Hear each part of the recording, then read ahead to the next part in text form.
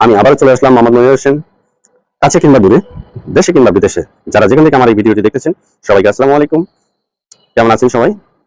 তো আজকের যে টপিকটা থাকতেছে, এখানে নতুন নতুন নতুন টেকনিক পাওয়া যায়, শেখা যায়। এই ভিডিওটি যাদের সামনে যাবে তারা কিছু না কিছু হলেও শিখতে পারবে, জানতে পারবে। আপনার মাথায় কোন জিনিসটা, কোন টপিকটা ভালো মনে হয়, কোন টপিকটা নিয়ে কাজ করলে আপনি এগিয়ে যেতে পারবেন, এই বিষয় নিয়ে থাকছে এই ভিডিওটা। তো আপনি ভালো আর্টিস্ট, মানে আর্ট করতে পারেন, ভালো কবিতা লিখতে পারেন, ভালো ছন্দ বলতে পারেন, ভালো কোনো সং বলতে পারেন, মানে গান বলতে পারেন, ভালো অভিনয় করতে পারেন, কিংবা ভালো ক্যামেরাম্যান হতে পারেন, আপনি ভালো ছবি তুলতে পারেন, ভালো কাজ করতে পারেন, ভালো এডিটিং করতে পারেন।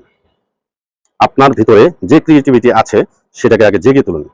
জাগিয়ে তুললে আপনার জন্য ভালো হবে, অনেক দ্রুত এগিয়ে যেতে পারবেন। আপনি যে কোনো একটা কাজ যেটাই করবেন আপনি, তবে মন দিয়ে ভিডিওটি যেন ভালো হয় এটা সবসময় খেয়াল রাখবেন। কারণ আমরা দেখি মানুষ যখন ভাইরাল হয়, আসলে পিছনের সিনারি বলেন, আর ব্যাকগ্রাউন্ড বলেন, আর আপনার চেহারা বলেন, আপনার কাপড় চোপড় বলেন, আপনার ভালো ক্যামেরা আছে কিনা, ভালো মোবাইল আছে কিনা, কোনোটাই লাগে না। আপনি জানেন যে কক্সবাজারে যে ছেলেটা ভাইরাল হইলো, যে ওই যে একটা গান বলে না, সাগর পারে আইসায় আমার, কি জানি একটা গান আছে না, দেখেন এর ক্যামেরাটা আমি দেখছি কুয়াশার মতন, দেখা যায় না। ঠিক আছে, ওই যে ছেলেটা ছোট একটা ছেলে, অথচ এর মূল টপিকটা ছিল ভালো, গানের কণ্ঠটা শুনছে ভালো, নতুন ইউনিক একটা গান করেছিল, এই জন্য সে ভাইরাল হয়ে গেছে। তার ক্যামেরাও ভালো না, তার মোবাইলও ভালো না, তার পোশাক আশাকও ভালো ছিল না, তাহলে সে কিভাবে ভাইরাল হয়ে গেল?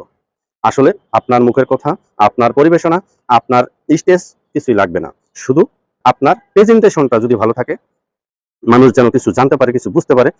ভয়েস কোয়ালিটি, আপনার ভিডিওর কালার বলেন, হ্যাঁ কালারটা করলে অনেক দ্রুত সাজেস্টে চলে যায়, এই জন্য আপনার ব্যাকগ্রাউন্ডটা একটু ভালো হলে ভালো হয়।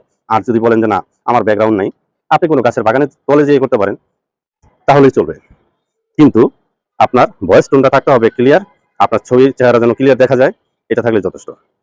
5-10 হাজার টাকা দামের একটা মোবাইল হলে মোটামুটি এই প্ল্যাটফর্মে কাজ করা যাবে, কোনো ব্যাপার না। আমরা অনেকেই বলি ওনার তো 2 লাখ টাকা দামের, 1,80,000 টাকা দামের ক্যামেরা, আমরা 10,000 টাকা দামের মোবাইল মনে হয় পারবো না। আসলে এটা কোনো কথা না। অনেকের লাখ লাখ ফলোয়ার আছে, সেও মনিটাইজেশন পায় না। আবার কেউ 1700 ফলোয়ার দিয়েও সে মনিটাইজেশন পেয়ে যায়। আসলে মূল বিষয় কোথায় চিন্তা করছেন?